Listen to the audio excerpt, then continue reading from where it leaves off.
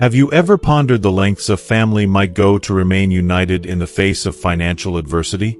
Picture yourself standing at a crossroads, confronted with heart-wrenching decisions that have the power to either strengthen your bonds or drive a wedge between your loved ones. In this deeply moving narrative, meet Linda Thompson and Robert "Rob" Thompson, a devoted couple struggling to support their children while striving to maintain their sense of happiness and fulfillment. Follow Linda and Rob as they tackle the daunting challenges of relocating back to their roots in a small Midwestern town. Faced with the daunting task of launching a new business from scratch, they must navigate not only financial uncertainties but also the emotional toll that comes with such a significant life change. Witness the intense family tensions between their adult children, Ethan and Sophia, as they grapple with balancing their love for each other with the heavy responsibilities that weigh upon them. Explore the profound sacrifices Linda and Rob make in their unwavering commitment to keep their family intact and harmonious. Why should you stay engaged until the very end of this story? Because it's not merely a tale about money and financial struggles. It's a testament to the incredible resilience of the human spirit, the transformative power of forgiveness, and the quintessential essence of what it truly means to be a family. You'll find yourself emotionally invested in each character's journey, experiencing their joys and sorrows, and reflecting deeply on your relationships and values. Join us as we delve into whether Linda and Rob can surmount their numerous hardships, rebuild their lives from the ground up, and uncover the profound life lessons that will inspire and touch your heart. This is a compelling journey filled with love, sacrifice, and redemption that you won't want to miss. If you haven't subscribed yet, I highly recommend hitting that subscribe button and activating the notification bell so you never miss an update. Your support is incredibly valuable to me, and if this story resonates with you, please consider liking and sharing it to help spread these meaningful lessons further. If you're enjoying the topic of this video, please leave a comment with 1. If not, feel free to comment 0, so I can understand how to improve and create better content tailored to your interests. Now, let's dive into the story. Firstly, they are people who do not care about fame and fortune and have a pure soul. At the heart of our story are individuals who prioritize substance over superficiality, valuing integrity and genuine character over fleeting fame and material wealth.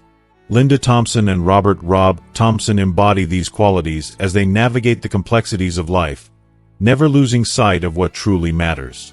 In today's world, it's increasingly rare to encounter someone with a pure, gentle, and calm demeanor. Someone who doesn't seek the spotlight or flaunt their achievements. When asked why such individuals are so uncommon, the answer lies in their detachment from the superficial aspects of society. Linda and Rob were raised with values that set them apart from the ordinary hustle and bustle. They were like beings from a higher plane, untouched by the constant pursuit of status and recognition that often characterizes modern life. Linda, in particular, exemplifies a woman who doesn't care about fame or fortune because she already possesses a wealth of material comfort and a broad, insightful perspective on life. Her rich inner self is what truly defines her. Linda doesn't feel the need to adorn herself with expensive jewelry or flashy accessories to validate her worth. Instead, her confidence and self-assuredness shine through naturally. No matter how elaborate the pieces she chooses to wear, they merely serve as subtle enhancements to her inherent elegance. Even when she opts to forego jewelry altogether, her presence is luminous and captivating. This intrinsic beauty and self-sufficiency make Linda stand out in a world obsessed with external appearances. Her ability to shine without relying on external validation is a testament to her strong character and the inner peace she has cultivated over the years. Linda and Rob's story is a refreshing reminder that true beauty and value come from within and that the most enduring relationships are built on mutual respect, understanding, and genuine affection. Secondly, they are those who possess natural, pure beauty like the lotus flower. Linda Thompson embodied a kind of beauty that transcended the superficial standards often imposed by society. Much like the graceful lotus flower that blooms serenely in muddy waters, Linda's beauty was pure, natural, and captivating. Her gentle demeanor and unassuming presence drew people in, making them feel at ease and appreciated. In today's fast-paced world, It's increasingly rare to encounter someone who possesses the kind of genuine, unpretentious beauty that Linda radiated. People often wonder why it's so hard to find a pure, gentle, and calm woman who doesn't feel the need to show off. The truth lies in the fact that such women, like Linda, are exceptional because they don't conform to the ordinary world's relentless pursuit of fame and fortune. Linda and her husband, Rob Thompson, were raised with values that emphasized inner strength and integrity over external accolades. They believed that true happiness and fulfillment come from within, not from the fleeting pleasures of material wealth or societal recognition. This philosophy shaped Linda's approach to life, making her resilient and content despite the financial and emotional challenges she faced. Linda's beauty emanated from her sincere smile and expressive eyes, reflecting a soul rich with compassion and wisdom. Unlike many women today who rely heavily on makeup and cosmetics to enhance their appearance, Linda preferred a more understated look. She found joy in simplicity, choosing to let her natural beauty shine through without the need for excessive adornments. Whether she wore minimal jewelry or none at all, Linda's presence was luminous and radiant, drawing admiration effortlessly. Her approach to beauty was not about vanity but about authenticity. Linda understood that true beauty was a blessing from within, a gift that didn't require embellishment to be appreciated. This inner richness made her indifferent to the allure of expensive jewelry or trendy fashion, as she already possessed an abundance of material comfort and a broad, insightful vision of life. As the years passed, time inevitably left its marks on Linda's face, but rather than diminishing her beauty, these lines added character and depth to her appearance. They were reminders of the life she had lived, the challenges she had overcome, and the love she had shared. Her pure soul continued to shine brightly, exuding an irresistible charm that came from a place of genuine kindness and unwavering strength. Linda's free-spirited confidence was evident in the way she carried herself. Women who chose not to wear heavy jewelry often exuded a sense of liberation and self-assuredness, qualities that Linda possessed in abundance. Her confidence was not about attracting attention, but about being comfortable in her skin and embracing her natural self without the need for validation from others. In the Thompson household, Linda's natural beauty and inner strength were a source of inspiration for their children, Ethan and Sophia. She taught them that true beauty comes from being authentic, kind, and resilient. Linda and Rob's unwavering support and love created a nurturing environment where Ethan and Sophia could grow into compassionate and confident individuals. Linda's story is a poignant reminder that beauty is not defined by external appearances but by the light that shines from within. Her resilience in the face of financial turmoil, her ability to maintain her integrity, and her dedication to her family's well-being highlighted the true essence of what it means to be beautiful. Linda Thompson's life was a testament to the enduring power of inner beauty, kindness, and the human spirit's capacity to overcome adversity with grace and dignity. Thirdly, they are women who live simply and have a kind heart. Every woman, no matter her age or background, enjoys enhancing her appearance. However, when you ask why some women wear little to no jewelry, many would say that wearing jewelry can be impractical, especially for those whose daily lives involve hard work around the house. These women are often mothers and wives who dedicate themselves completely to their families. Jewelry takes a back seat to the demands of family life, where responsibility to loved ones outweighs personal indulgence. For these women, their daily focus is on their home and family, from the crack of dawn until the late hours of the night. They rarely spend time thinking of themselves. Managing a household is no small task. Keeping the house clean, organized, and welcoming requires an enormous amount of effort. A tidy home doesn't simply appear. It is the result of consistent care, attention, and often, silent sacrifice from the woman of the house. No woman is born knowing how to manage household chores. They become the diligent wives, nurturing mothers, and family caregivers they are through love and a strong sense of duty. It's only when a woman is filled with love for her family that she can be as gentle and considerate as she is. To be as selfless and considerate as they are, women often put their personal needs aside, silently sacrificing their time and energy for the good of their families. This dedication requires a love that transcends the individual. Men, in turn, should never neglect or betray this devotion. A woman who has set aside her desires, whether it's taking off her jewelry or forgoing personal luxuries, is truly a treasure. She is a rare find, and those who recognize her worth are the ones who understand the depth of what she offers. In today's fast-paced world, it's easy for people to get caught up in the pursuit of material wealth and the external glimmer of success. Yet, we must remind ourselves that true beauty and value are often found within. This new perspective encourages us to move away from superficial beauty standards and instead appreciate the beauty that comes from within, a beauty that emanates from the soul, shaped by kindness, wisdom, and a positive outlook on life. This viewpoint challenges the conventional idea that beauty is only about what we see on the surface. It asks us to consider the essence of a person, especially a woman, who may not fit the typical mold society sets. By celebrating the beauty of a woman's spirit, we uplift her confidence and sense of self-worth. We create space for a more inclusive understanding of beauty, where diversity in appearance, personality, and spirit is valued more than ever before. In a society that often places undue emphasis on material possessions and physical appearance, the importance of inner beauty cannot be overstated. We should learn to focus more on a person's core qualities and the warmth they bring to the world, rather than how they present themselves to others. A deep understanding and appreciation for inner beauty comes from genuine respect and recognition of the person as a whole. If you are still watching this video and find these lessons useful, please comment 1 below to let me know that you are still here with me. The topic of remarriage in later life is one that often carries complexity, particularly as people age. For many women, remarriage represents the opportunity to find emotional and financial security in their later years. For men, the idea of remarriage may stem from the desire to have someone to care for them as they grow older. However, remarriage in later life is not just a decision between two individuals. It involves the merging of two families, each with its dynamics and history.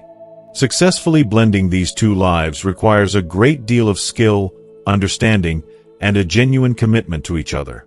Mrs. Victoria Vong, 52, and Mr. Benjamin Truong, 62, met by chance and, over time, developed a deep connection. One evening, after a long conversation, they decided to get remarried. It seemed like the next logical step for them both, an opportunity for companionship and mutual support in their later years.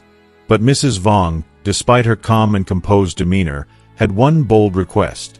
She asked Mr. Truong to give her $8,500 to secure her future. To her surprise, Mr. Truong agreed without hesitation. However, he set two conditions that left Mrs. Vong feeling hesitant and contemplative.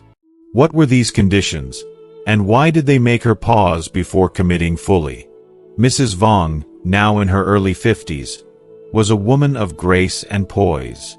With her slim figure and the way she carried herself, it was hard to guess her age. She took great care of herself, always making sure to look presentable. Her house, located on the outskirts of the city, had always been a peaceful retreat. Her late husband, who had passed away several years ago, had run a small business, selling fresh produce and roasted snacks at the local market. While their income wasn't substantial, it was enough to cover their basic needs, and it allowed Mrs. Vong to live a comfortable life without worry. Her late husband was kind and loving, always ensuring she didn't have to do the heavy lifting around the house. Though they weren't wealthy, Mrs. Vong had found happiness in simplicity. They had one son, Kevin, who had opened an electronics repair shop in the town. While his business wasn't thriving, it provided enough to sustain him, and for a time, their small family lived a peaceful, modest life. But life, as it often does, changed suddenly. One rainy afternoon, as her husband was heading out to sell vegetables, tragedy struck. He was involved in a traffic accident and passed away at the scene. Mrs. Vong was overwhelmed with grief. The loss of her husband left an unfillable void in her life, and for a long time, she could barely bring herself to leave the house. Her son and daughter-in-law tried to offer comfort, but it was as though her heart had closed off. Time, as it does, slowly began to heal her wounds, but the pain never fully disappeared. In the months that followed, Mrs. Vong came to terms with her new reality. She was 50 years old, still young in many ways, and slowly started to regain her sense of self. She found work at a local supermarket, something that, given her age, she was grateful for. She was assigned to the clothing department, a position that allowed her to interact with customers and showcase her ability to make others feel comfortable and confident in their clothing choices. Her youthful appearance, despite her age, didn't go unnoticed. Mrs. Vong would arrive at work each day, dressed neatly and styled with shoulder-length curls and light makeup. She didn't look like a woman in her 50s. She was a picture of vitality, and her attitude shone through in her work. Unlike many women her age, who were relegated to the less glamorous sections of the supermarket, such as the fresh food aisle or cleaning duties, Mrs. Vong was given a role that required engagement with customers, where her charm and grace truly shone. Her colleagues were all younger, but they took to her quickly. She developed friendships with many of them, and sometimes they'd go out to eat or chat after work. It was through these small interactions that Mrs. Vong began to find happiness again. Her work not only provided a steady income, over $800 a month, but it also gave her a renewed sense of purpose. She had no pension to rely on, so the money she earned became essential for her long-term security. One of the things Mrs. Vong admired most about her co-workers was that they all had social insurance, something her late husband hadn't been able to provide for her. While she was grateful for the work she had, Mrs. Vong knew that the future could be unpredictable, so she worked tirelessly to save what she could. Her sales were exceptional. With her polite and soft-spoken nature, Mrs. Vong could connect with anyone, and her customers appreciated her guidance in finding the perfect outfits. Over time, her commissions from clothing sales added up, and she was earning nearly $850 a month. This extra income gave her the financial cushion she needed for her future. Then, one afternoon, a regular customer who frequently bought clothes from her brought along a friend. The customer introduced his friend and asked Mrs. Vong to help him pick out something stylish for an upcoming eye exam. Mrs. Vong smiled warmly and asked, "Sir, how old are you?" The man shyly responded, "I'm 62 years old." Mrs. Vong, ever the professional, selected a sleek brown blazer and gray trousers for him. After trying them on, the man looked sharp and youthful, and it was clear that Mrs. Vong's expertise had worked its magic.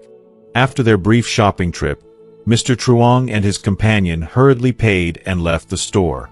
Mrs. Vong, however, noticed something unusual. The man had left his mobile phone behind on the counter. She knew he must be anxious, so after her shift ended, instead of heading straight home, she waited by the supermarket entrance, hoping to return the phone to him.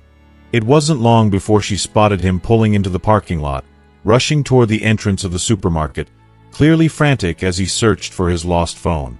She called out to him and waved, signaling that she had his phone. The man was incredibly grateful, and as he took the phone back, he said, "If I had left it anywhere else, I'm sure someone would have kept it. I'd never have known where to find it." In his relief, the man immediately pulled out some cash, offering it to Mrs. Vong in thanks.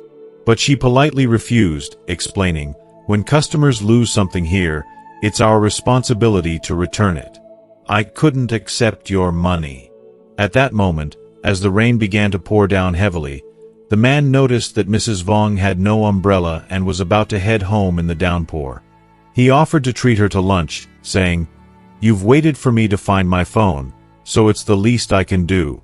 Hesitant at first, but also not wanting to face the rain, Mrs. Vong agreed. She followed him to a nearby restaurant, where they settled in for a meal. As they ate, the man glanced at her with a concerned expression and asked, "Where's your husband? Shouldn't he be the one picking you up on a day like this?" Mrs. Vong smiled softly, her face a bit strained. "He passed away a few years ago," she said quietly. The man immediately apologized, his face full of regret. "I'm sorry. I didn't mean to bring up painful memories. It's all right, she replied with a forced but gentle smile. I've accepted it. When we reach a certain age, we have to understand that life doesn't always go as planned. No matter how much we love someone, we can't walk beside them forever. Eventually, someone has to leave first. The man nodded, his eyes softening with empathy. I understand. My wife passed away a few years ago too. At first, I couldn't accept it. I felt like I couldn't go on. But as time passes, you realize you have to keep moving forward. The more we talk, the more I feel like we understand each other. It was at that moment that Mrs. Vong learned something significant. The man she had been talking to, who seemed so kind and easy to connect with, was Mr. Truong. His wife had passed away 4 years ago, and he had raised his daughter on his own since then. After graduating from college, his daughter returned to their town to work in a government office.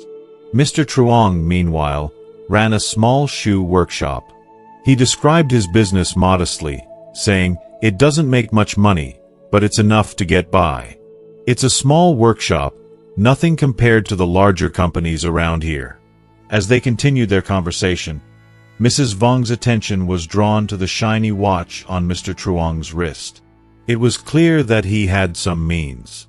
It was a subtle, yet important, detail that gave her a glimpse into the man's life beyond his modest business. After lunch, Mr. Truong surprised her by saying, "I won't be attending tomorrow's eye exam. I've enjoyed our conversation, and I find you very pleasant to talk to. I'm not sure what you're thinking, but I'd like to get to know you better." Mrs. Vong's heart fluttered.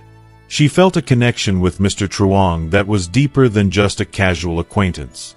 Despite the 10-year age difference between them, she felt that the age gap was insignificant in the face of what seemed like a genuine connection. Finding someone sincere and genuine was rare, and Mr. Truong seemed to embody those qualities. That night, Mrs. Vong found herself restless. She tossed and turned in bed, replaying every moment of their meeting. She couldn't help but smile at the thought of Mr. Truong, and the more she thought about him, the more she realized that this could be something special. For years, she had been introduced to various potential suitors by friends and family. Yet, time and time again, she found that the men she met were overly cautious with their money, unwilling to spend even on small gestures. Mr. Truong, on the other hand, had already shown a level of generosity and thoughtfulness that set him apart. The next morning, as Mrs. Vong was just waking up, her phone rang. To her surprise, it was Mr. Truong, calling to say that he had brought her breakfast. "Where are you?" he asked. She told him her village name, and he replied that his workshop was just behind her village. Mrs. Vong had no idea that the shoe workshop she had passed by so many times belonged to him. Shortly thereafter, Mr. Truong arrived at her door with a hot breakfast. As she sat down to eat, she felt a warmth inside that had been missing for years. Since her husband had passed, she had been living alone. She had stayed with her son for a time, but her daughter-in-law's increasingly unpleasant behavior had driven her back to her own home. Her life had become quieter and more isolated, but this unexpected connection with Mr. Truong gave her hope for the future. The situation had become more complicated than Mrs. Vong anticipated. She never expected Mr. Truong, a man she had grown to admire, to offer her such a large sum of money. But the conditions attached to it made her uneasy. 200 million VND is no small amount, she thought to herself. But are these conditions worth it? When Mr. Truong told her he could give her the money, but only under 2 conditions, Mrs. Vong hesitated. He explained, "The first condition is that you stop working at the supermarket. Second, you help my daughter take care of my grandson for the next 3 years." The offer left her stunned. She had been planning to continue working, not just for the money, but for the routine and structure it gave her life. The thought of giving that up for 3 years was daunting. And even though Mr. Truong's offer was generous, she realized that without her job, she wouldn't be able to save the small but important amount of money she had been managing to put aside each month. The supermarket job, while humble, had been her source of independence. But it was the second condition that made her even more uncertain. Taking care of a child, especially a grandson, for 3 years was no small commitment. It would cost nearly 200 million VND if they hired a nanny, and Mrs. Vong was unsure if she could handle the emotional and physical toll of such a long-term responsibility, especially as she was already in her later years. She sat in silence, her mind racing. What if I don't accept the conditions? Will Mr. Truong be disappointed? Will he think I'm greedy for the money? Or worse, will he kick me out? Her thoughts were a whirlwind, and she found herself unable to respond immediately. Mr. Truong, sensing her hesitation, grew impatient. That evening, after dinner, he went straight to their bedroom without saying another word to her. Mrs. Vong sat in the living room, staring blankly at the walls, the weight of the decision pressing down on her. As the hours passed, her thoughts only became more muddled. She cared deeply for Mr. Truong, and over the short time they had known each other, she had begun to envision a future with him. He was kind and generous, and treated her with a respect she hadn't known in years. But this was a remarried family, and everything was more complicated.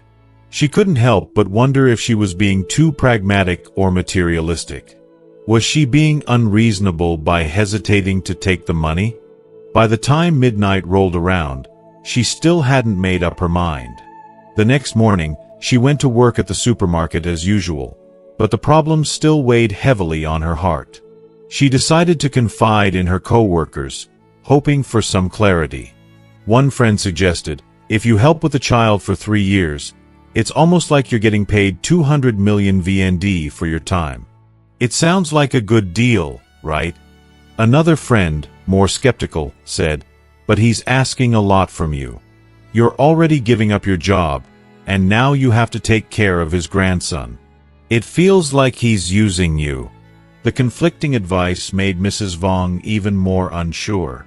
That evening, rather than going home, she drove back to her own house, a quiet space. As she sat alone, her mind wandered again. If I were Mr. Truong, I'd be reluctant to give away that much money too. But if I agree to help with the grandson, at least I'll have financial security for the next few years. And Mr. Truong and his daughter will surely be grateful. It could be worth it. As the hours passed, she realized that perhaps her hesitation wasn't about the money or the conditions. It was about finding a balance between practicality and emotion. She had to look at the bigger picture. Could she be happy in this arrangement?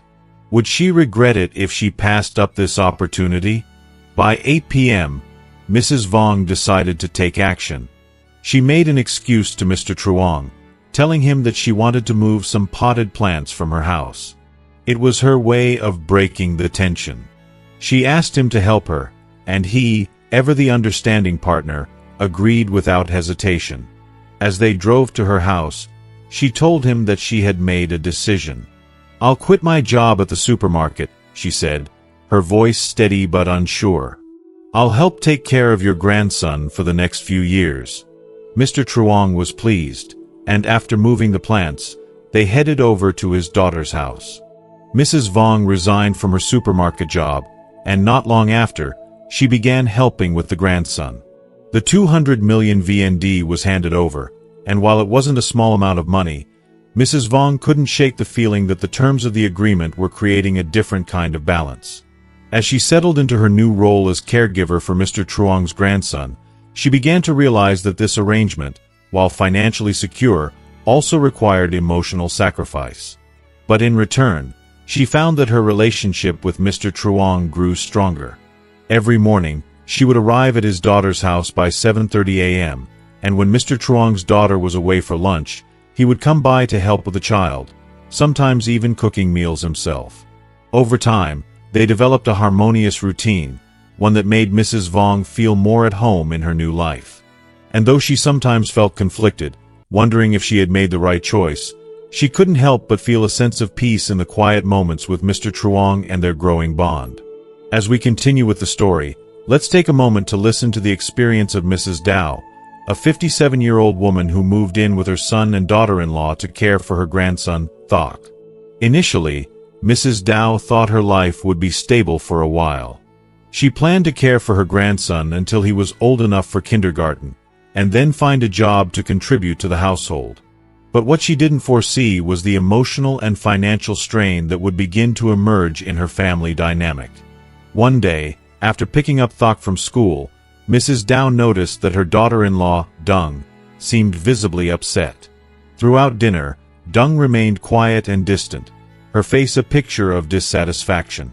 Mrs. Dow, however, chose not to intervene.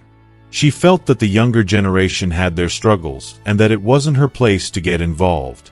But little did she know, the tension in the household was about to boil over. After dinner, while her husband, Mr. Cam, went for a walk, Mrs. Dow stayed home, not realizing that an argument was brewing between her son, Nam, and his wife. Dung was upset that her mother-in-law had not returned home yet. Nam, growing irritated, responded sharply, but Dung insisted that she needed help taking care of her mother, who had recently undergone surgery. The conversation soon escalated into a heated argument about their responsibilities. "You don't care about my mother, do you?" Dung cried. "She needs help, and if I don't take care of her, who will?" Nam, frustrated, retorted, "Your parents are fine. They have their own lives. But my mother, she's not getting any younger, and now you're putting everything on me." The argument became more heated, and in the middle of it, Mrs. Dow quietly sat down with her husband, unsure of how to intervene. She could hear parts of the conversation but didn't want to take sides. Yet, the exchange left her feeling conflicted. She had spent years supporting her son, and now, it seemed like their family had reached a point where everyone was questioning their roles. Dung's frustration was clear, and she turned to her in-laws for a solution. "We can't keep living like this. We've worked hard, but we need space for ourselves. We need to know you're not staying here forever." Mrs. Dow, feeling a pang of regret for her earlier decisions, understood what was happening. The children had grown up, and their responsibilities were shifting. The house they had all shared was no longer the same, and what seemed like a temporary arrangement had become a permanent strain on everyone. "I thought this would be temporary," Mrs. Dow reflected quietly to her husband. "But now I see that we're just in the way. We've been helping for so long, and now they want us to leave."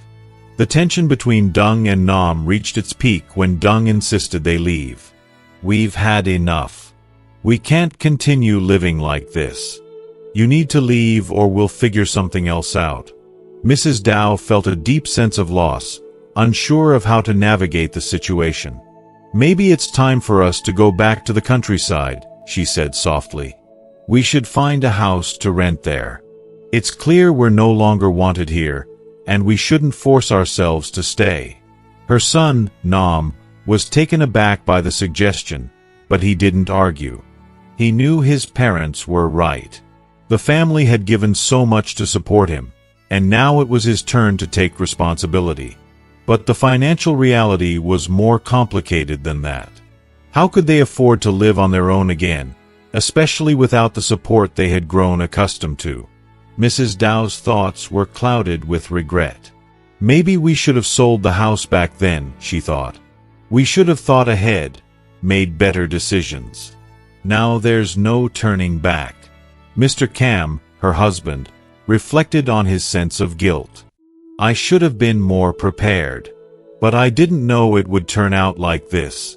As Mrs. Dow and Mr. Cam sat quietly, contemplating their next steps, Mrs. Dow's thoughts went back to her earlier years. She had always prioritized her family, sacrificing her own needs for the sake of others. But now, with her children grown, she was faced with the painful reality that those sacrifices weren't always appreciated. Perhaps it was time to let go, to stop trying to control the situation, and to find a new sense of independence. The reality is, we've done our part. We can't keep sacrificing ourselves for a family that isn't willing to do the same, Mrs. Dow concluded. In the case of Mrs. Vong, she found herself at a crossroads between emotional connection and material security.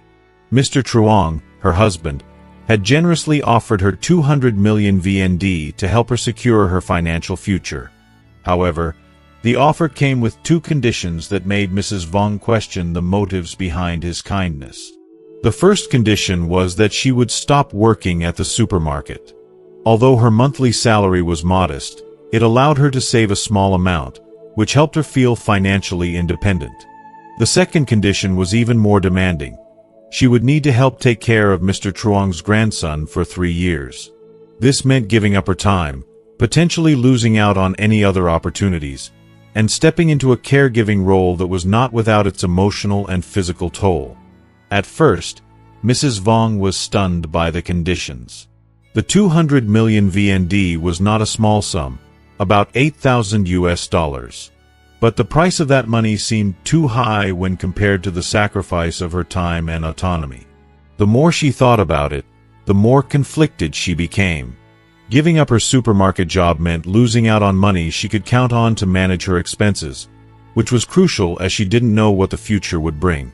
And the task of taking care of a child for 3 years, when she had her plans for the future, felt burdensome.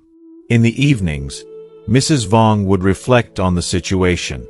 She had been a woman who had worked hard her whole life, and now, when she was finally free from the daily grind, she was faced with a decision that would affect the rest of her life. On the one hand, there was the man she loved, Mr. Truong, a kind and generous person who offers her security. On the other hand, there was her own need for independence and the fear of feeling trapped or exploited in a role that wasn't her own choice. One evening, after a day of work, Mrs. Vong took a break from the situation and spent time thinking about her feelings. She confided in her colleagues, seeking advice. Some said, "It's better than working at the supermarket. You'll be taking care of a child and still earning the 200 million VND. Others warned, "He's exploiting you, asking for so much in return for that money." This conflicting advice made her more uncertain. She knew it was important to have both financial stability and emotional balance in her life, but she wasn't sure how to get both in a situation like this. After spending time reflecting, Mrs. Vong realized that it wasn't just about money. It was about the connection she had with Mr. Truong and the trust they had built over time. She had come to care deeply for him, and he had become a central figure in her life. She considered how hard it would be for him to give her that amount of money without some form of reciprocity, and she realized that helping with a grandson for a few years could be her way of giving back. The next evening, Mrs. Vong made a decision. She would agree to Mr. Truong's terms, but she would also learn to balance the expectations and her own needs. She went to Mr. Truong and asked for his help with moving a few plants from her house, signaling her desire to reconcile and find a compromise. Mr. Truong, understanding her gesture, agreed to help, and at that moment, both of them knew that they had reached an understanding. Mrs. Vong then decided to quit her job at the supermarket, knowing that she could make this sacrifice for the family while still preserving her relationship with Mr. Truong. She also began helping Mr. Truong's daughter with her grandson, taking on a new role in the family. As difficult as it was, she felt that this was the best way forward. She was not just securing her financial future, but also investing in the emotional bonds that mattered to her. If you are still watching this video and find these lessons useful, please comment 2 below to let me know that you are still here with me. While Mrs. Vong's story highlights the delicate balance between love, caregiving, and financial support in a remarried family, Mrs. Dow's experience offers a different perspective. Her life seemed stable as she helped her son and daughter-in-law care for her grandson. At 57 years old, she believed that her role in the household was temporary, just until her grandson, Thok, went to kindergarten. Once that milestone was reached, she planned to find a job and contribute financially to her son's family. However, things took an unexpected turn one evening after dinner. Mrs. Dow had spent the day looking after Thok and preparing a large meal for her family. Yet, despite her efforts, There was a palpable tension in the air. Her daughter-in-law, Dung, was upset and barely touched her food. Mrs. Dow, trying not to get involved in the younger generation's disputes, silently wondered if her daughter-in-law's unhappiness was related to some family concern. After dinner, when Mrs. Dow and her husband, Mr. Cam, went for a walk, they came home to a simmering argument between their son, Nam, and Dung. The disagreement centered on Mrs. Dow's presence in the home, and Dung's concerns about her mother's well-being. Nam was dismissive of the idea that Mrs. Dow needed attention, highlighting that her parents were still healthy and independent. Dung, on the other hand, was deeply worried about her mother, who had recently undergone surgery and needed extra care. Dung's emotions boiled over as she pleaded with Nam to understand her perspective. She accused him of lacking empathy for her mother's condition, while Nam retorted that Mrs. Dow should be more independent and not rely on her son for financial or emotional support. This argument highlights a subtle but growing tension in many families. When adult children become caregivers, they often feel the burden of not just taking care of their own children, but also of managing the needs of aging parents and in-laws. This can create friction when different generations have conflicting views on independence, caregiving, and the roles of elderly family members. In this case, Mrs. Dow remained silent, choosing not to intervene in the argument. She could see that both her son and daughter-in-law had their worries and challenges. But as the night wore on, Mrs. Dow realized that her sacrifice of moving in to help with her grandson wasn't as easy for everyone else as it seemed. The unspoken emotional labor that went into caring for her grandson, managing household tasks, and being a support to her son and daughter-in-law weighed heavily on her. For Mrs. Dow, the tension was a wake-up call. It wasn't just about keeping the house running smoothly or looking after a grandchild. It was about understanding the deeper needs of the family members, acknowledging that her daughter-in-law's concern for her own mother's health was genuine, but also recognizing that her son, Nam, was feeling the strain of having another adult in the house, especially one who, in his eyes, should be living independently. "Mom, Dad, we need to talk. There's something important we need to discuss, and we hope you can understand," said Jennifer, her voice faltering slightly as she stood before her parents. Her mother, Evelyn, sat motionless, her face betraying no emotion. But inside, she already had a sinking feeling. She had a hunch about what was coming, and it wasn't good. The weight of the conversation pressed down on her chest, and all at once, the regrets she'd buried deep inside over the years began to surface. Had she made the right decisions for her family? Had she sacrificed too much for the sake of her children? Evelyn had given everything for her kids, believing that their futures would be better for it. But now, as the reality of her children's growing independence hit her, Evelyn couldn't help but feel the sting of betrayal. It was true. Her children had grown up. They had lives of their own now, and those lives no longer included her and her husband, Norman, in the way they once did. The adage about how parents should help their children when they can, but should also know when to step back, suddenly felt like a harsh truth.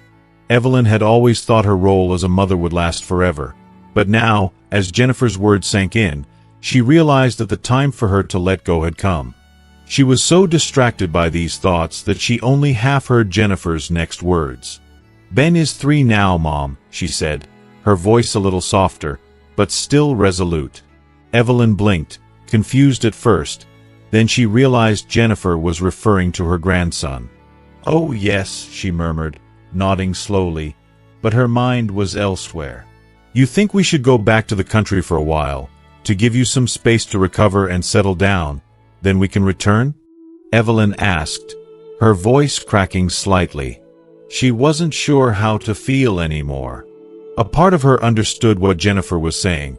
Jennifer had recently recovered from surgery and was trying to get back to work. But it hurt that she was being asked to leave. Jennifer nodded, her gaze avoiding her mother's. "Yes, I think that's for the best. My health still isn't where it needs to be, and I've been thinking about having someone take my place at work, possibly even asking to retire early for medical reasons. The company is okay with it. But I can't do this, work, take care of the baby, and manage everything else, if I don't take care of myself first. Evelyn's heart sank. Her daughter had always been such a go-getter. But now, everything was changing. And where do you expect us to go? When we bought this house, we had nothing, remember? We had no money, and we struggled just to keep the roof over our heads. You were part of that struggle too. And now you want us to leave. Her voice shook with disbelief. Norman, who had been silent until now, finally spoke up.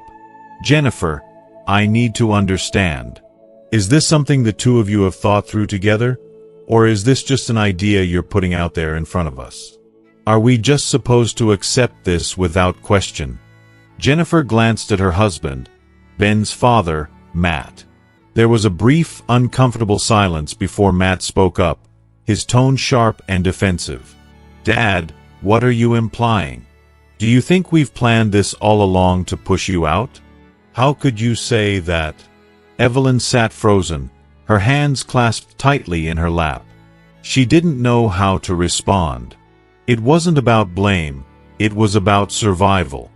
I'm just saying that we sold our house to be here. We agreed to move in with you, but now, after all the sacrifices, it feels like we've been forgotten. Did you ever make room for us when we sold our home? Jennifer's voice softened, but her words were firm. Mom, I never intended to push you out. But if this house isn't big enough for everyone, I think we should discuss other options. Evelyn blinked, fighting back tears. And what do you mean by that? Do you want us to just go? You're saying we should find somewhere else to live while you raise your child in this house. Matt spoke up again, this time more calmly. Let's not make this about blame. Everyone has been working hard to make ends meet. Mom and Dad have done their part, and now we're all trying to build something better for our future. Evelyn turned to her son, Peter, who had been silent through the whole conversation, his eyes downcast. But Peter, we've been raising you for years. It's been the two of us taking care of you, and now you're telling me it's the other way around. Her voice was filled with hurt. Peter, who had been working at a local grocery store, was quiet for a moment before speaking up. Mom, Dad, don't worry. Things are getting better for all of us. Your jobs are more stable now, and soon you won't have to struggle so much. Just trust us. Evelyn stood up abruptly, her frustration boiling over. Do you think I can just forget everything we've done for you? All the sacrifices we've made? You've been sending money every month, and now you want us to just be grateful and fade away. Norman slowly stood up as well, his face drawn in concern. We're family. We should all be able to live together. But this situation, this divide, it's not what we agreed upon. We need to work together. Evelyn glanced at her husband and then turned back to Jennifer. You want us to go back to the country, take $2 million, and come up with a plan to pay it back over time? What do you want us to do now? As she walked away, pulling Norman with her into the other room, her heart felt heavy. There were so many decisions to be made, and so much pain to navigate. But one thing was clear, this wasn't just about money or living arrangements. It was about respect, sacrifice, and love. And somewhere along the way, those things had gotten lost. Norman sat down heavily on the couch. What should we do now, Evelyn? We've given everything to them, and now it feels like nothing matters. For Susan, the offer seemed like a lifeline, but there were complications. If she didn't encounter any unforeseen expenses, the $200,000 Mr. Thompson promised could be more than enough. But what if something unexpected came up? Could she rely on that amount for everything? The second condition he'd set, helping his daughter care for her grandson for 3 years, was the one that weighed most heavily on Susan's mind. The idea of taking care of a young child for that long was daunting, and hiring a professional nanny for that period would cost anywhere between $50,000 to $60,000 a year. That meant nearly $200,000 for 3 years. The more Susan thought about it, the more uncertain she became. Mr. Thompson, who had offered the sum so easily, was a man of action and generosity, but Susan couldn't ignore the practical side of the deal. The $200,000 might seem like a fortune, but in the grand scheme of things, it wasn't. She hesitated. Was it worth it? Was she being too idealistic, or was she allowing herself to be taken advantage of? It was hard to say. And yet, the more she weighed the options, the more conflicted she became. That evening, after Mr. Thompson came home from work, Susan remained silent. She sat in the living room long after he'd retreated to their bedroom, the weight of the decision pressing down on her chest. She'd always been the pragmatic one, calculating everything in life with the same precision she applied to her finances. But her heart told her something different this time. Since meeting Mr. Thompson, her life had felt brighter.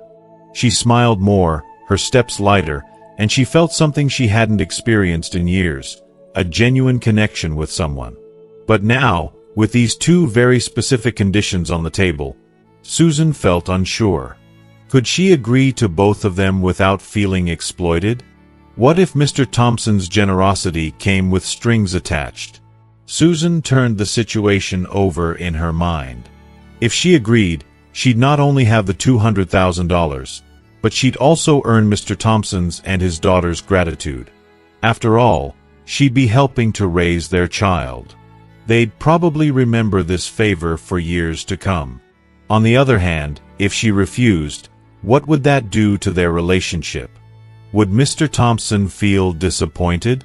Would it create a rift between them? She lay awake late into the night, the weight of the decision keeping her up. She understood that remarried families came with their own set of challenges. People were looking out for their interests, sometimes too much. But she couldn't help but remind herself that life wasn't just about what one could get. It was about what one gave and how deeply they cared for others. By morning, Susan had made up her mind. Mr. Thompson would not be able to help her if she didn't understand his position as well. So, she decided to try and see things from his perspective. If she were in his shoes, she'd probably be just as hesitant to give $200,000 to a woman who wasn't even his first wife. He had a daughter to care for, and that responsibility meant something to him. Later that day, after a long shift at the local supermarket, Susan talked to some of her coworkers about her situation. They offered their thoughts, some practical, some more critical. You know, taking care of a kid for 3 years isn't too bad, and you'll get that $200,000. It's like getting paid to babysit, one of her colleagues said, trying to lighten the mood. But then another added, wait, hold on. He's asking you to work for that money, and you're already doing enough. Why should you agree to this just to get his money? You're not his servant. The comments only added to her confusion. By the time she finished her shift, Susan felt drained, uncertain of the right path forward. She didn't go home that evening. Instead, she spent the night at her place, her quiet, empty apartment that had started to feel more like a refuge than a home.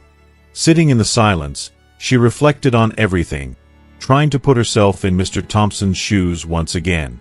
After some deep reflection, Susan began to reconsider.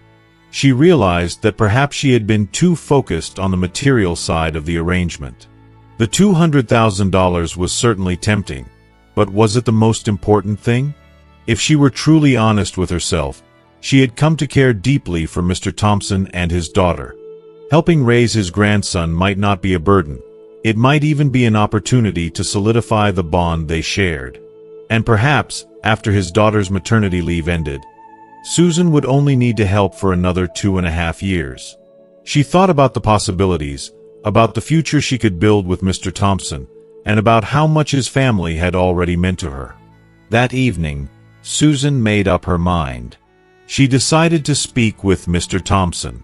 "I need your help," she told him, making an excuse about needing some plants moved from her apartment.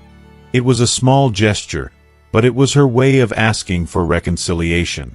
Mr. Thompson, sensing her shift in mood, agreed to help her. They moved the plants into his car, and after that, Susan felt an emotional weight lift off her chest. She'd made a decision. A few days later, Susan resigned from her job at the supermarket. She made her way to Mr. Thompson's daughter's house, ready to help care for the grandson. It was a big change, but Susan was determined to make it work. She needed to support the family, and in turn, she hoped to secure her place in their lives. Mr. Thompson, as promised, handed her the $200,000. And sure enough, his daughter was immensely grateful for Susan's willingness to help. Every day, Susan would go to Mr. Thompson's daughter's house at 7:30 a.m., where she took care of the child. At lunchtime, when his daughter was not around, Mr. Thompson would come over to help. He'd cook, clean, and assist in looking after the little one, and in return, Susan felt increasingly appreciated and loved. As the months passed, Susan grew closer to Mr. Thompson's daughter. At first, the relationship had been a bit stiff. Neither of them was quite sure how to act toward one another. But over time, they bonded. There was even one night when Mr. Thompson's daughter became ill with a fever, and Susan stayed overnight to take care of her grandson. She breastfed him in the middle of the night and fetched water for Mr. Thompson's daughter. The moment Mr. Thompson's daughter called her mom with tears in her eyes, Susan realized how much her sacrifices had meant. She wasn't just helping out anymore. She was part of the family. As time went on, the relationship between Susan and the family blossomed. She became even closer to Mr. Thompson's daughter, helping with errands, picking up the child from daycare, and being there when she was needed most. Mr. Thompson's business prospered, and he rewarded Susan by giving her another $200,000. This time, he suggested she save it for their old age, perhaps putting it in a bank account to earn interest. It was then that Susan understood. Remarriage wasn't just about the exchange of material benefits. It was about sincerity, care, and mutual respect. In a remarried family, understanding, consideration, and affection were the pillars that would carry them through. Susan knew she had made the right choice. The love, the respect, and the connection she had found with Mr. Thompson and his daughter would last a lifetime. This part of the story you're sharing brings to light some important dynamics that can be deeply relatable to many people, especially when it comes to family relationships, expectations, and how different generations navigate their responsibilities and obligations.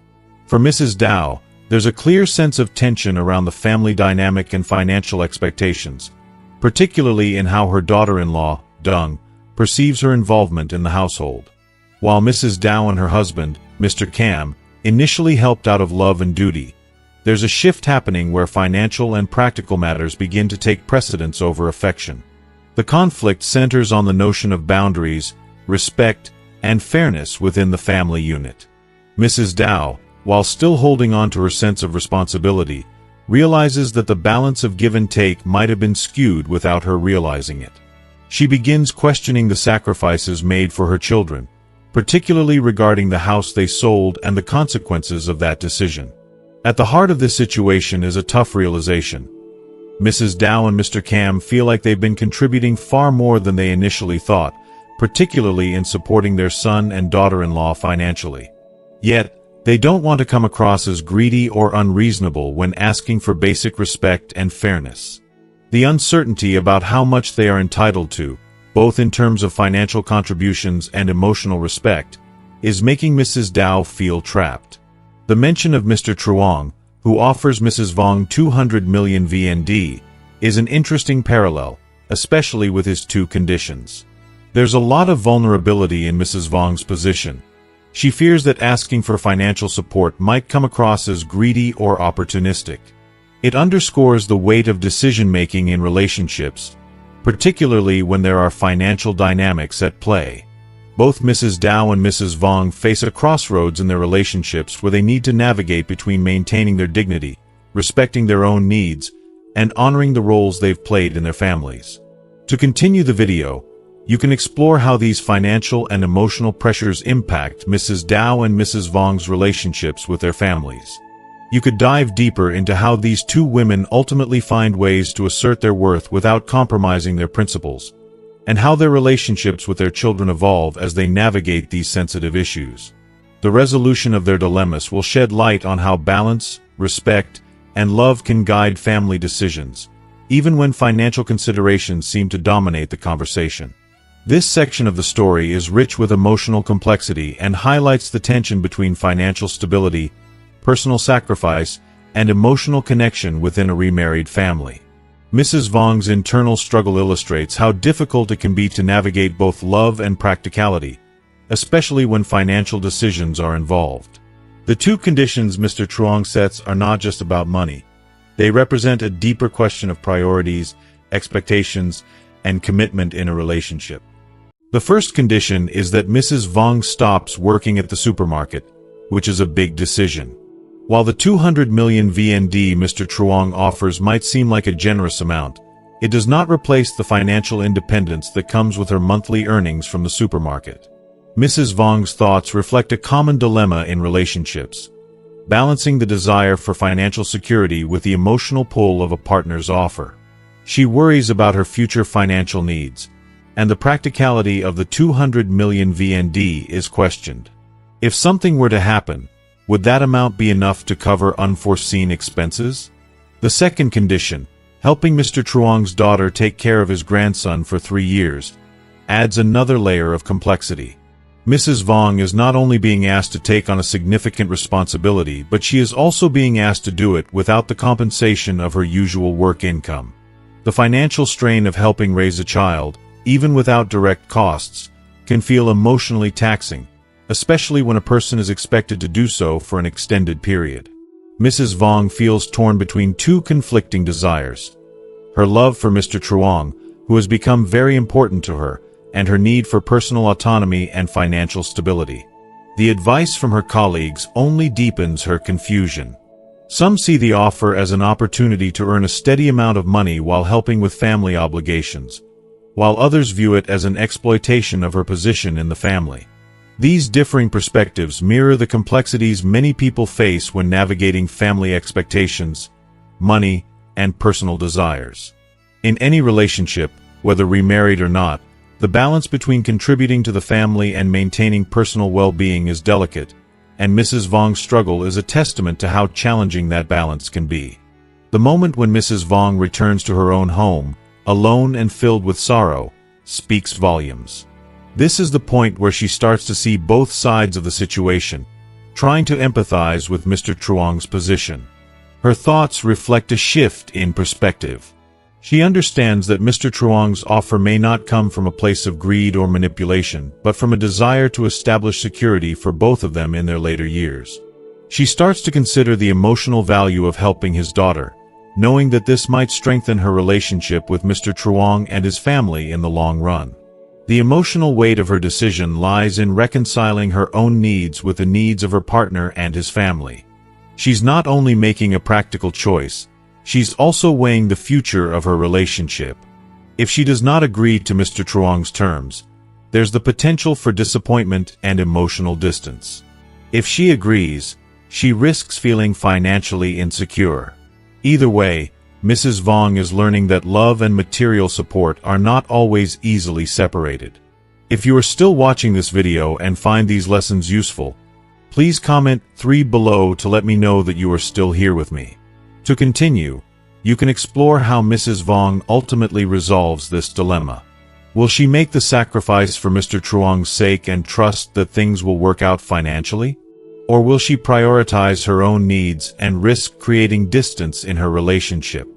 This is the emotional turning point that could shape the rest of her story. The continuation of the story delves deeper into the complexities of family dynamics, financial struggles, and the unspoken emotional challenges that can arise when living with adult children. Mrs. Dow's experience reflects the often difficult, and sometimes painful, reality of aging and the shifting responsibilities within a family. The tension between her and her daughter-in-law, Dung, is palpable, and this section underscores the strain that can develop when elderly parents live with their adult children, especially when financial expectations and caregiving duties are involved. Mrs. Dow's situation and the dilemma of aging parents. Mrs. Dow's quiet reflection on her choices throughout this chapter adds a layer of emotional depth to the story. She starts to realize that the life she envisioned, helping her son and daughter-in-law raise their child, might not be as stable or rewarding as she once thought. The argument between her son, Nam, and Dung highlights a common issue in families: the clash between expectations and reality. While Mrs. Dow and her husband, Mr. Cam, have always tried to support their son, it is becoming evident that the dynamics of the household have shifted. Dung's dissatisfaction with her mother-in-law's living situation is a cry for autonomy, but also a reflection of the stress that comes with raising a young family while managing the pressures of work and finances. She feels burdened by her mother's health needs, while Nam seems disconnected from the reality of his mother's aging process, possibly taking her for granted.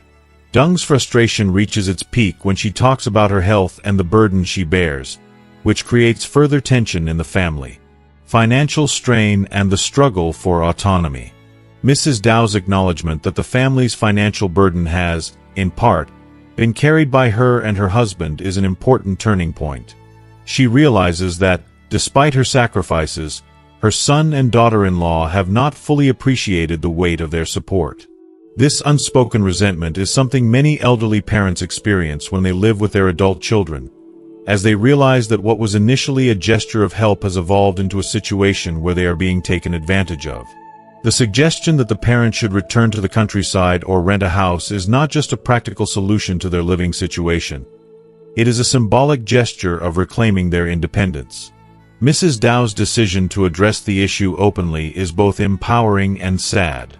It shows a shift in perspective, an acceptance that their contributions have been overlooked and that perhaps it is time to stop sacrificing for the benefit of others.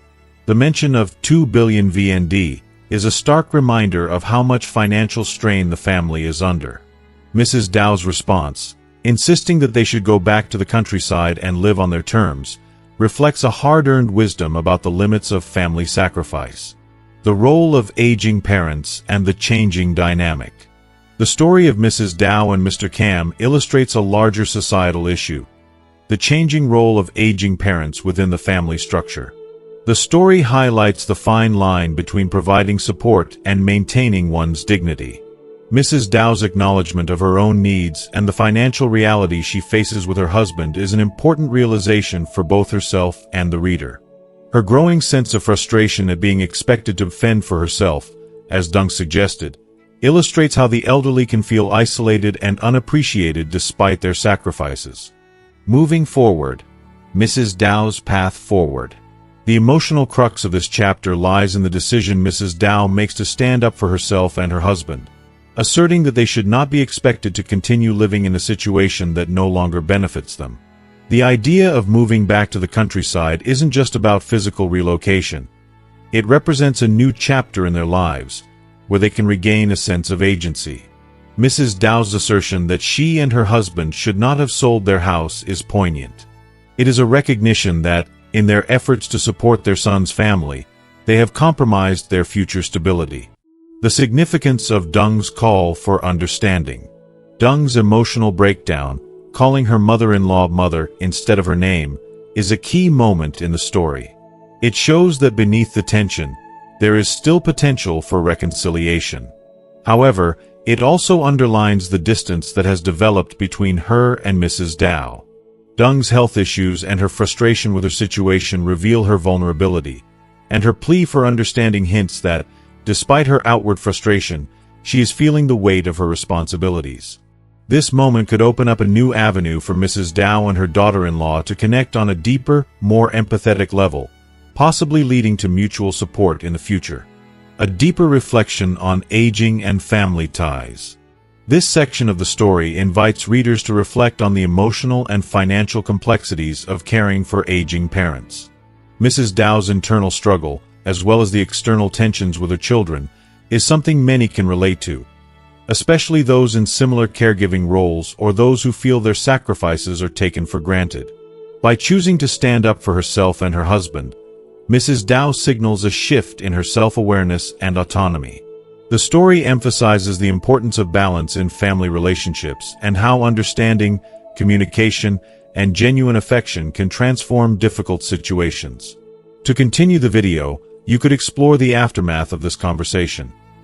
How Mrs. Dow and her family move forward, and whether they can find a compromise that honors both the parents' needs and the children's responsibilities. How will they address the unspoken emotional issues that have emerged? This section of the story takes a more intense and emotionally charged turn as Mrs. Dow and Mr. Cam face not only financial struggles but also a deeper sense of alienation within their own family.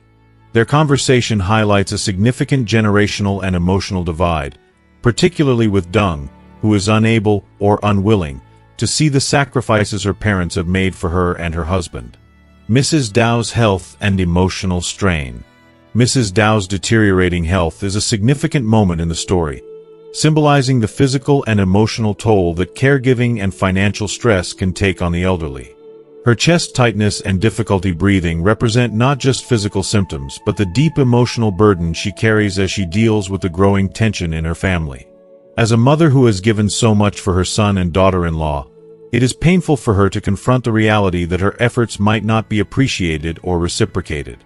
Her health problems also act as a subtle call for sympathy and attention from her children, though it's clear that this appeal goes unnoticed or unaddressed by Dung and Nam. This adds an extra layer of emotional complexity to the story, as Mrs. Dow's physical decline underscores the feeling of being invisible in the family, despite all she has done for them. The argument over money and responsibility. The conversation about the loan agreement between Mrs. Dow, Mr. Cam, Nam, and Dung reveals the breakdown of communication and the rise of resentment between the generations. Dung's reaction to the suggestion of writing a loan agreement is a mix of defensiveness and frustration. She feels overwhelmed by her financial struggles and is unwilling to acknowledge the sacrifice and support her in-laws have given.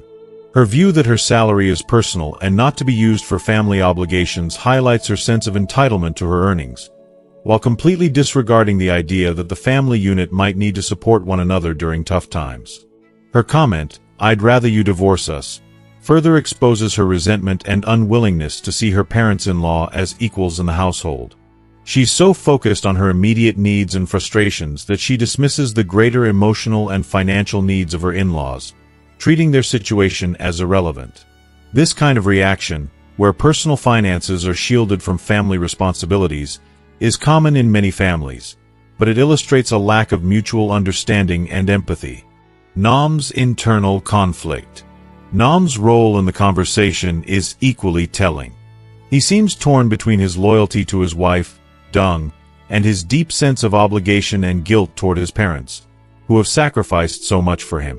His moment of kneeling and asking for forgiveness shows how deeply he is affected by the situation, but it also suggests that he is caught between two worlds, his wife's demands and his parents' expectations. Nam's emotional conflict reflects the difficulty many people face when balancing their relationships with their spouse and their parents, especially when there are financial pressures involved. Nam's response, "This is our house," is a moment of realization for Mrs. Dow and Mr. Cam, signaling that they are no longer as welcome in the household as they once were. It is a heartbreaking realization for the elderly couple, as it emphasizes that despite all their efforts, they have become a burden rather than a valued part of the family. Mrs. Dow's frustration and final decision. Mrs. Dow's frustration reaches its peak when she responds to Dung's dismissal of her financial calculations, which reflects the deep imbalance in the family's expectations. The amount of money Dung is unwilling to contribute, 5 million VND a month, may seem insignificant to many, but it represents more than just a financial request. It's a plea for acknowledgement, respect, and reciprocity. Mrs. Dow's calculations reflect her attempt to bring clarity and fairness into the situation, but Dung's cold response makes it clear that she's not willing to meet her mother-in-law halfway. Moving forward. Mrs. Dow's path forward. The emotional crux of this chapter lies in the decision Mrs. Dow makes to stand up for herself and her husband, asserting that they should not be expected to continue living in a situation that no longer benefits them. The idea of moving back to the countryside isn't just about physical relocation. It represents a new chapter in their lives, where they can regain a sense of agency. Mrs. Dow's assertion that she and her husband should not have sold their house is poignant. It is a recognition that, in their efforts to support their son's family, they have compromised their future stability. The significance of Dung's call for understanding. Dung's emotional breakdown, calling her mother-in-law mother instead of her name, is a key moment in the story. It shows that beneath the tension, there is still potential for reconciliation. However, it also underlines the distance that has developed between her and Mrs. Dow. Dung's health issues and her frustration with her situation reveal her vulnerability, and her plea for understanding hints that, despite her outward frustration, she is feeling the weight of her responsibilities.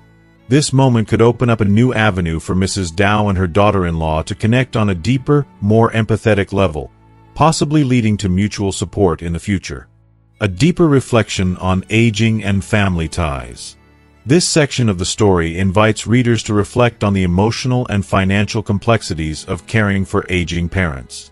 Mrs. Dow's internal struggle, as well as the external tensions with her children, is something many can relate to, especially those in similar caregiving roles or those who feel their sacrifices are taken for granted. By choosing to stand up for herself and her husband, Mrs. Dow signals a shift in her self-awareness and autonomy. The story emphasizes the importance of balance in family relationships and how understanding, communication, and genuine affection can transform difficult situations. To continue the video, you could explore the aftermath of this conversation. How Mrs. Dow and her family move forward and whether they can find a compromise that honors both the parents' needs and the children's responsibilities. How will they address the unspoken emotional issues that have emerged?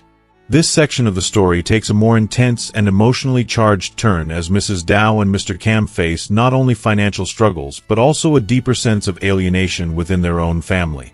Their conversation highlights a significant generational and emotional divide, particularly with Dung, who is unable or unwilling to see the sacrifices her parents have made for her and her husband. Mrs. Dow's health and emotional strain. Mrs. Dow's deteriorating health is a significant moment in the story, symbolizing the physical and emotional toll that caregiving and financial stress can take on the elderly. Her chest tightness and difficulty breathing represent not just physical symptoms but the deep emotional burden she carries as she deals with the growing tension in her family. As a mother who has given so much for her son and daughter-in-law, it is painful for her to confront the reality that her efforts might not be appreciated or reciprocated. Her health problems also act as a subtle call for sympathy and attention from her children, though it's clear that this appeal goes unnoticed or unaddressed by Dung and Nam. This adds an extra layer of emotional complexity to the story, as Mrs. Dow's physical decline underscores the feeling of being invisible in the family, despite all she has done for them. The argument over money and responsibility. The conversation about the loan agreement between Mrs. Dow, Mr. Cam, Nam, and Dung reveals the breakdown of communication and the rise of resentment between the generations. Dung's reaction to the suggestion of writing a loan agreement is a mix of defensiveness and frustration. She feels overwhelmed by her financial struggles and is unwilling to acknowledge the sacrifice and support her in-laws have given. Her view that her salary is personal and not to be used for family obligations highlights her sense of entitlement to her earnings, while completely disregarding the idea that the family unit might need to support one another during tough times.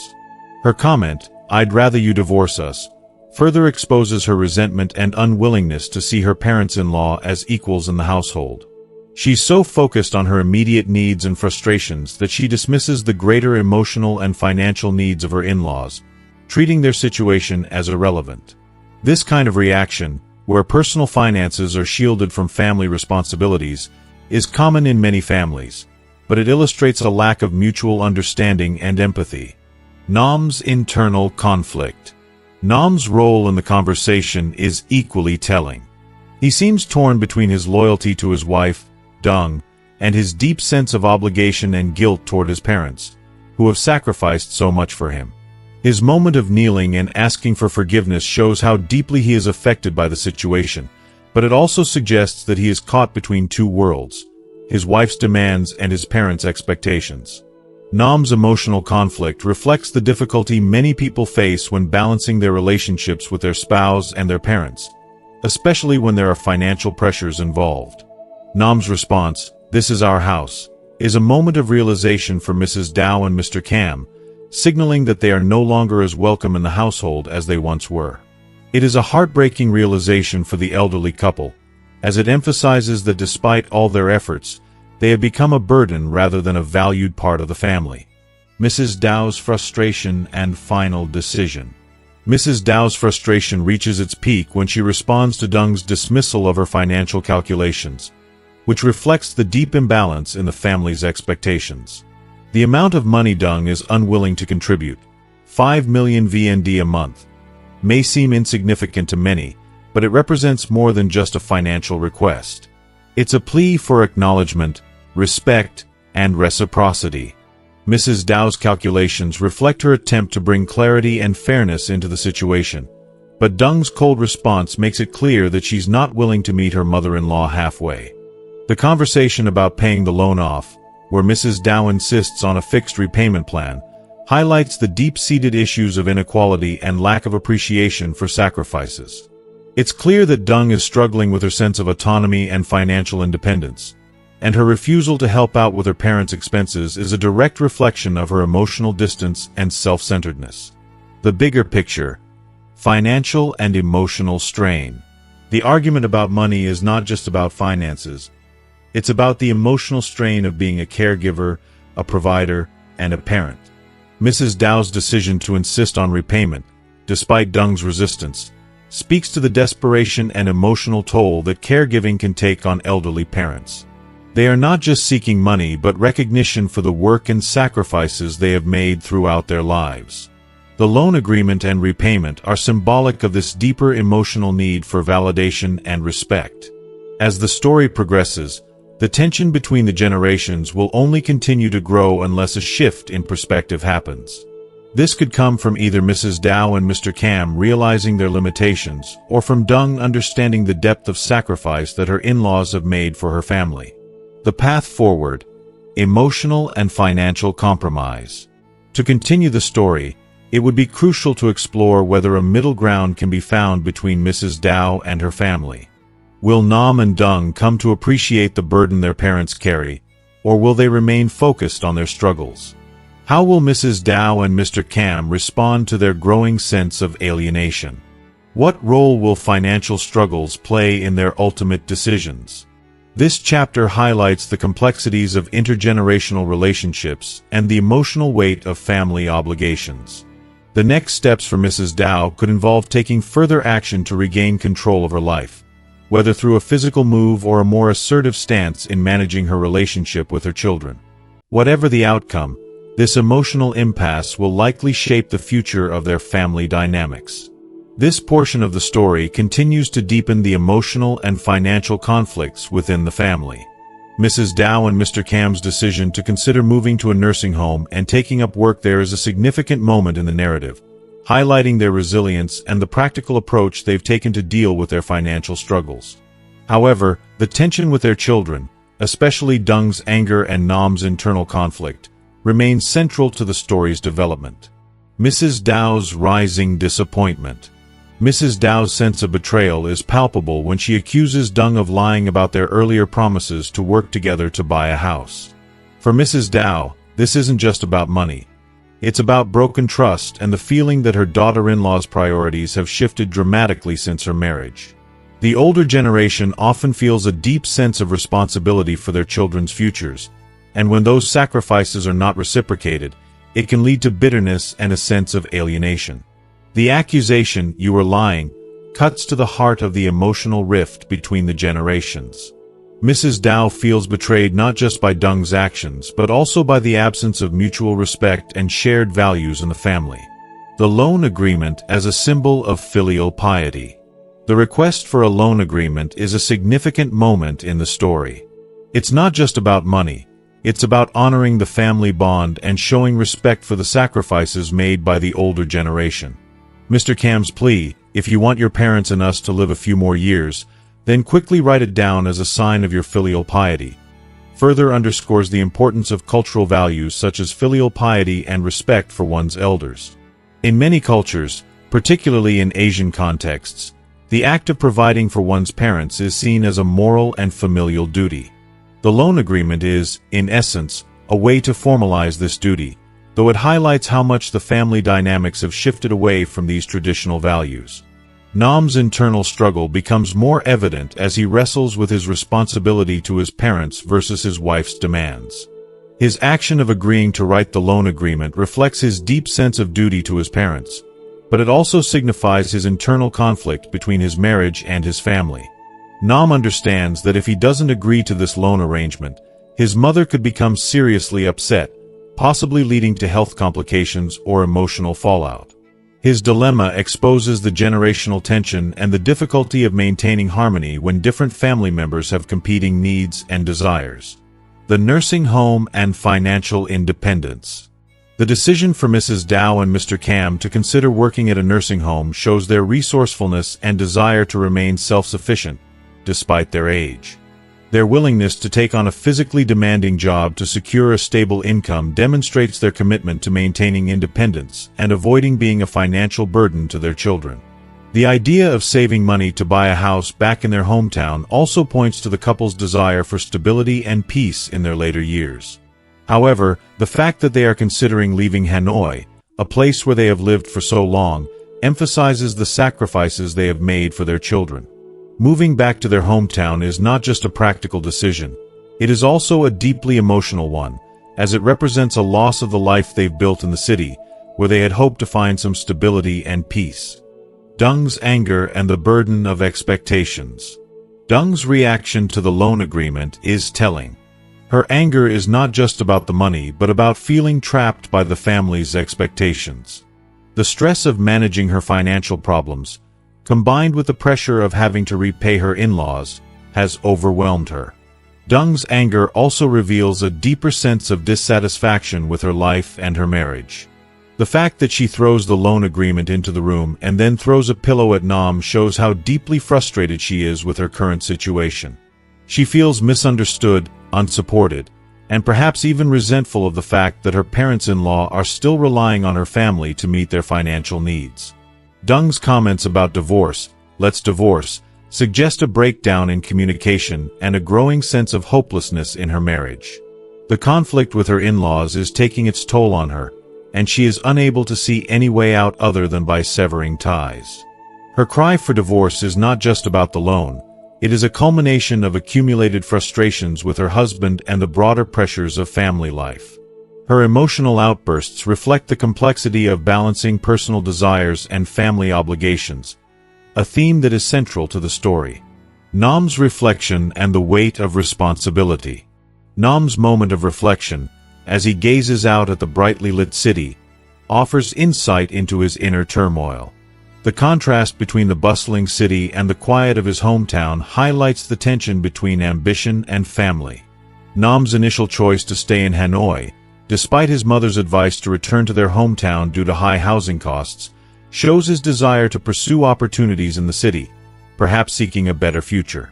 However, his present situation, strained financially and emotionally, leads him to question whether the city is worth the price. If you are still watching this video and find these lessons useful, please comment 4 below to let me know that you are still here with me. His memory of his early years in Hanoi, working hard while renting a room and feeling happy despite the difficulties, contrasts sharply with his current struggles. This nostalgic reflection speaks to the loss of innocence and the realization that adulthood is not as idealistic as one might have hoped. Nam's sense of responsibility to his parents, combined with the pressure from Dung, creates an emotional conflict that seems unsolvable in the short term. He is caught between two worlds, his parents' needs and his wife's desires, and is unsure how to reconcile both. The pressure of financial choices. The story has now fully explored the financial difficulties that come with living in a major city like Hanoi, particularly when trying to balance the needs of one's immediate family and one's parents. The couple's decision to call on the parents for financial help to buy a house was an inevitable one, given the high costs and limited savings. However, the emotional strain of this decision is immense. Dung's frustration and her decision to involve her in-laws in their financial struggles speak to a broader theme of financial dependence versus independence, a theme that will likely continue to cause tension between the two families. The next steps in the narrative will likely center on whether Nam and Dung can work through their differences, or whether the generational divide between them and Mrs. Dow and Mr. Cam will become too wide to bridge. Can the older generation find peace in their later years, or will they continue to be burdened by their children's expectations? And how will Dung and Nam navigate their struggles with financial independence and family obligations? These questions are central to the emotional arc of the story. This portion of the story brings the conflict to a head, with tensions escalating between Nam and Dung over financial decisions, family obligations, and the broader issue of respect and gratitude within the family dynamic. The dialogue exposes deep-seated issues in their relationship and the weight of the financial and emotional sacrifices that Nam and his parents have made for Dung and her family. Here's an analysis of the key emotional and relational dynamics in this section. The tension over living arrangements. The disagreement between Nam and Dung regarding living arrangements reflects the growing divide between their values and priorities. Nam's suggestion that his parents sell their house to buy a new apartment for the couple is driven by practicality. He sees the act of selling the house as a necessary step to secure the financial future of the family, but he also feels a pang of guilt. He knows that asking his parents to sell their house means uprooting them and putting them in a difficult position. Dung, on the other hand, is more focused on the immediate comfort of living with her in-laws, which she believes would not only solve the financial problems but also create a more harmonious family environment. Her belief that they can all live together happily reveals an idealized vision of family life, where space is not an issue and everyone gets along. Dung's naivety or optimism about the situation contrasts sharply with Nam's realistic understanding of the potential difficulties of living with in-laws. Nam's reluctance to live with his parents stems from his awareness of the possible friction that can arise, and his experience with family dynamics suggests that living together might not be as smooth as Dung envisions. Dung's pressure on her in-laws. Dung's request for her parents-in-law to sell their house and move to Hanoi is a pivotal moment. She couches it in the language of family unity, promising that this house will always have a room for you. However, the underlying tension is clear.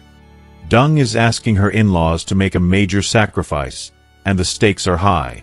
She is not only asking them to leave their home but also to invest in her family's future by contributing financially to the new apartment.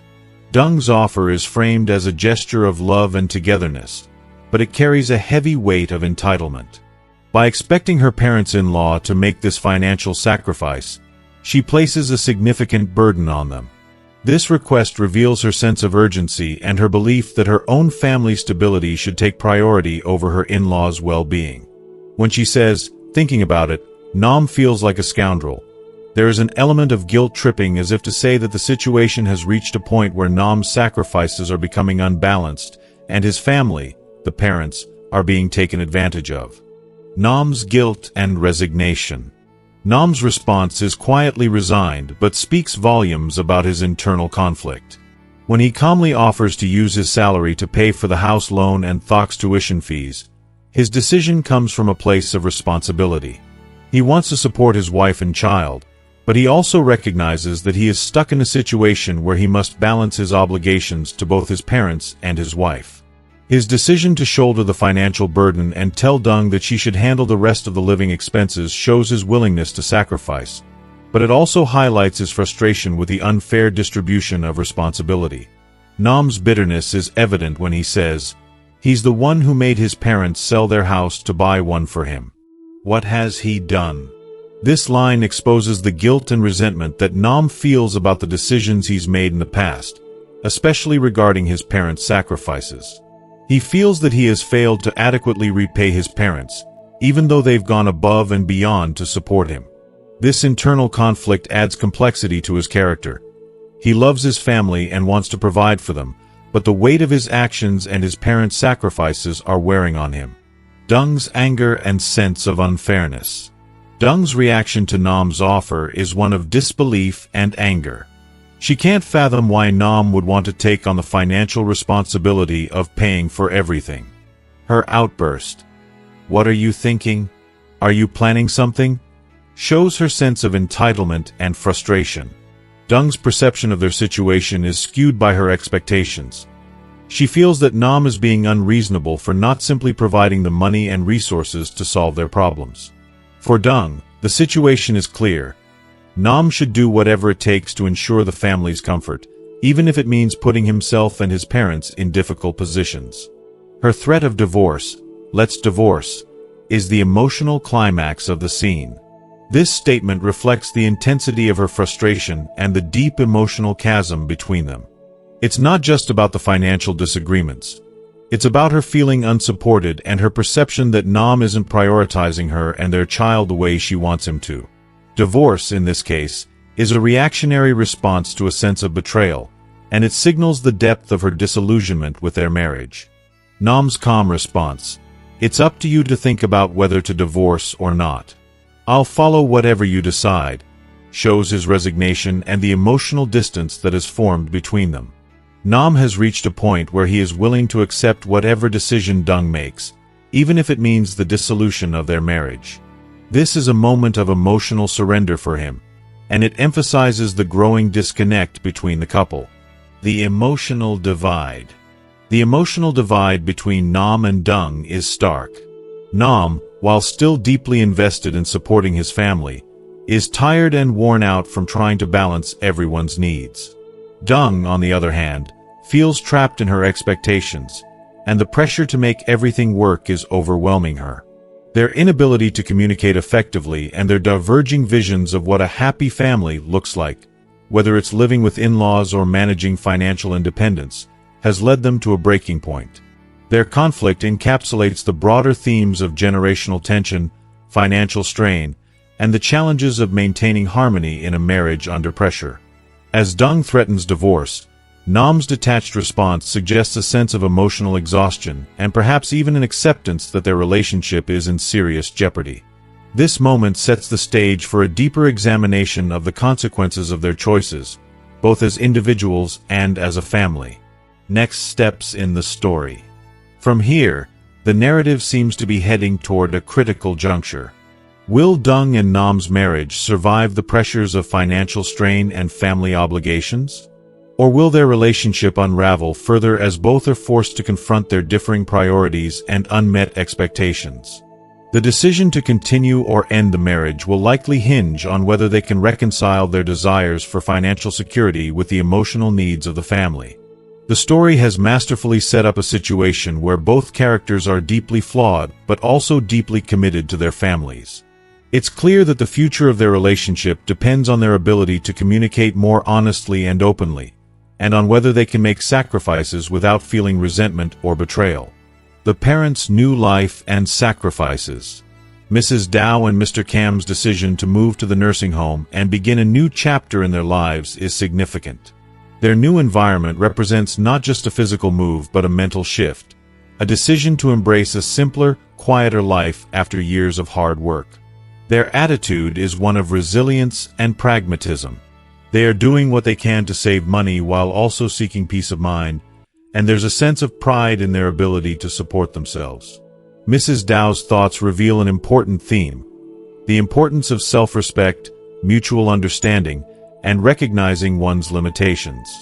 She reflects on how life is often difficult, but the key to peace is understanding and respecting each other's boundaries. This is a powerful moment of self-awareness, where Mrs. Dow acknowledges that while parents should help their children, they must also consider their own needs and well-being. She seems to have found a certain peace in her decision to live apart from Nam and Dung, even though it wasn't easy.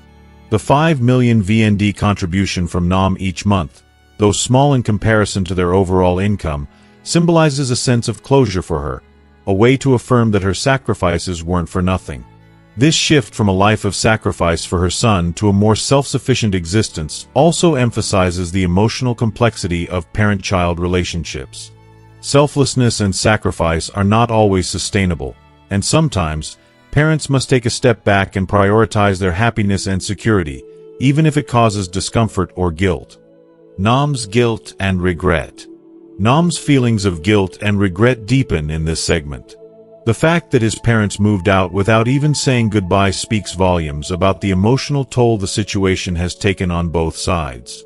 His parents' silent departure is symbolic of their quiet disillusionment and disappointment in him. Nam is affected by this, but he feels trapped between the needs of his parents and the demands of his wife. His decision to call his mother, despite the distance, reveals his ongoing care and concern for them. However, the emotional distance between Nam and his parents is palpable. He feels guilty, but he is also helpless in making things right. The fact that his parents are living away from him, even though they seem to be managing well, underscores the emotional sacrifice on both sides. Nam's regret, however, is clouded by his exhaustion from family conflicts and the demands of his household. The family conflict with Dung's mother. The dynamic with Dung's mother intensifies, and it further highlights the challenges Nam faces in his relationship. Dung's mother, now living with them, constantly criticizes Nam for not earning enough to provide a better life for Dung and their child. This pressure on Nam, coupled with Dung's growing dissatisfaction and stress, puts a significant strain on their marriage. The sense of emotional burden that Nam carries grows as he feels criticized both by his wife's mother and by his wife herself, making him question his decisions and his worth. If you are still watching this video and find these lessons useful, please comment 5 below to let me know that you are still here with me. This situation reveals the generational clash between Dung's expectations and Nam's reality. Dung's mother, who may not fully understand the economic pressures of living in the city, expects more from Nam, while Dung herself, perhaps feeling the weight of her own family's sacrifices, is frustrated by their lack of progress.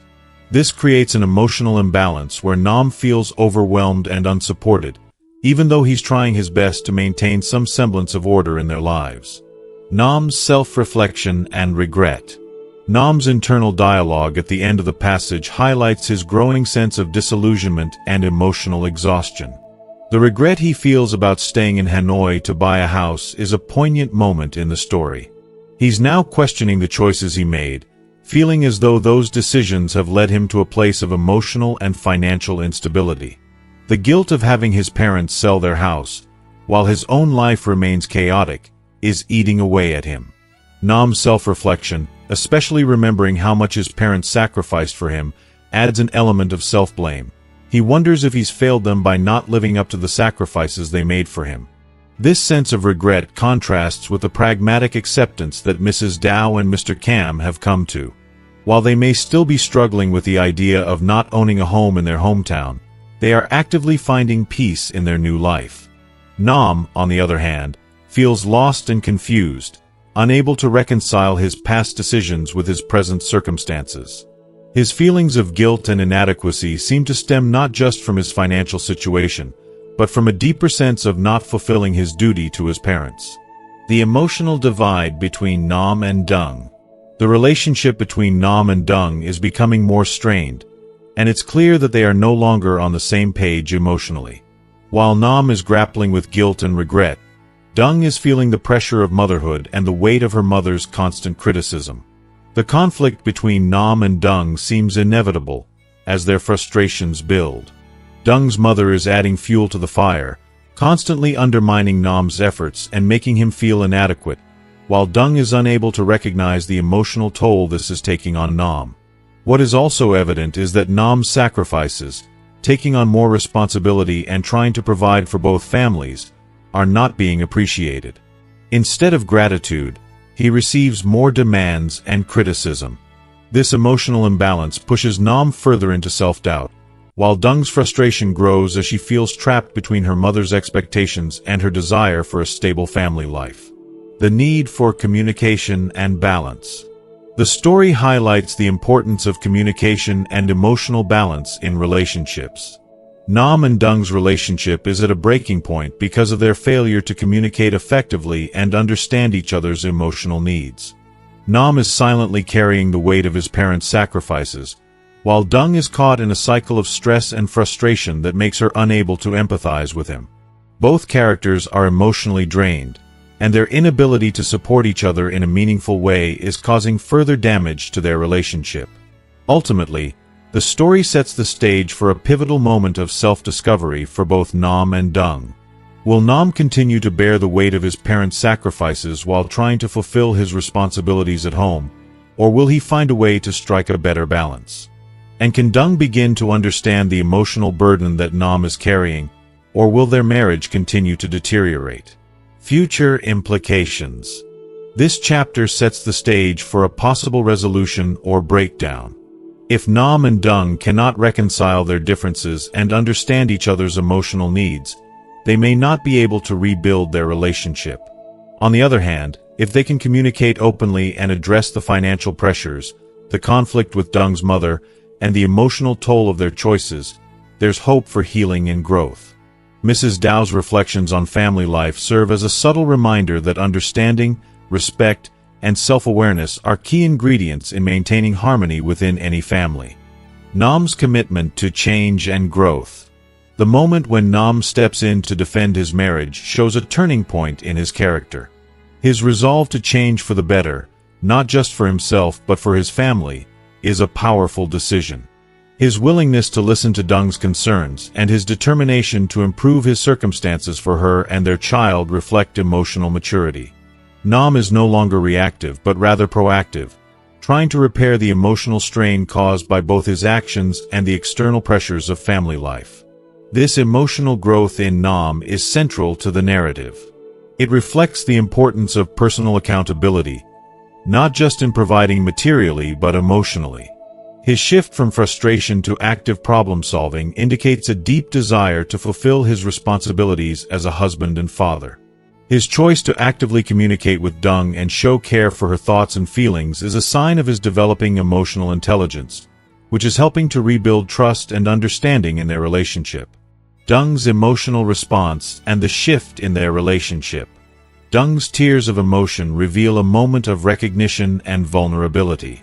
She has seen Nam's transformation and understands that he is making an effort to address both the pressures and the responsibilities that have been weighing on him. This moment is pivotal for Dung, as it signals a turning point in their relationship. Her previous frustrations with him are tempered by her understanding that he is now showing genuine effort. Dung's response also reflects the emotional labor involved in family life, especially when balancing the expectations of others, such as her mother, and the internal struggles within a marriage. This emotional reciprocity, Nam working harder and Dung noticing his effort, is a sign of growth in their relationship.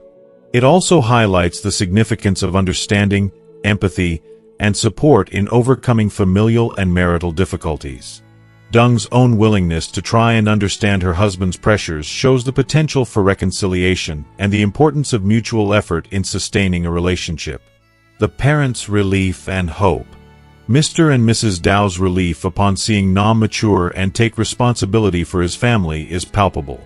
Their recognition that Nam has finally understood his duties as a husband and father offers them a sense of peace and satisfaction. The parents' support of their son, despite the conflicts, shows their deep love for him. They wish for Nam and Dung to find happiness together, which they understand is a shared responsibility that requires effort from both sides. Their hope that Nam and Dung can live happily in Hanoi is symbolic of the broader theme of family unity. Despite all the sacrifices and challenges, they now believe their son is capable of building a stable and loving family, which gives them comfort and faith in his future. Mr. Kan Xian's decision and generational expectations. The story introduces Mr. Kan Xian, a 73-year-old man, who represents the older generation and its deep-rooted sense of duty and pride. His eagerness to reward his grandson with a large sum of money shows how much he values academic achievement and is reflective of traditional values, especially in terms of family responsibility and expectations. Mr. Kan Xian's intention to reward his grandson for his success in gaining admission to a prestigious university is a powerful example of how the older generation views education as a means of securing a better future. However, the twist in this segment comes with the conversation that Mr. Kan Xian overhears. His daughter-in-law's reaction, proudly boasting about the rewards for her son and sharing details about her methods of raising him, reveals a side of family dynamics that isn't as warm as Mr. Kan Xian had expected. Her comments imply a sense of ownership over her son's achievements and a certain pride that overshadows her father-in-law's traditional sense of giving. When Mr. Kan Xian overhears his daughter-in-law's conversation about the gifts she has already given, he begins to reconsider his initial decision to give a large sum of money to his grandson. generational tensions, and cultural expectations. The tension between Mr. Kan Xian and his daughter-in-law is a subtle but important addition to the story. Generational differences in how familial roles are perceived are evident. Mr. Kan Xian, coming from an older generation, sees the gift as a token of his pride and legacy as a grandfather, while his daughter-in-law's approach to rewarding her child seems to overshadow any gratitude or recognition for the older generation. She doesn't appear to acknowledge the emotional significance of Mr. Kan Xian's gesture, focusing more on the material aspects. This situation reflects a clash of values. Mr. Kan Xian values emotional bonding and showing support through material gestures, while his daughter-in-law may view these gestures as more transactional, expecting to be rewarded or recognized for her contributions. The shift in Mr. Kan Xian's decision represents his growing awareness of this imbalance, and perhaps his realization that his efforts to contribute may not be as valued as he expected. This moment highlights how cultural and generational differences shape family interactions and expectations. The theme of sacrifice and understanding. The story's underlying theme of sacrifice continues to play out, especially through the actions of the older generations. Mr. Kan Xian's emotional generosity contrasts with the pragmatic and sometimes transactional nature of the younger generation's approach to familial gifts and support. His decision to reassess his contribution based on what he overheard could be seen as a form of emotional self-preservation. He doesn't want to offer a gift that may be undervalued or misunderstood. Meanwhile, the younger generations, especially Deng and Nam, are learning how to navigate their responsibilities and sacrifices, trying to balance their ambitions and pressures with the expectations placed on them by their families.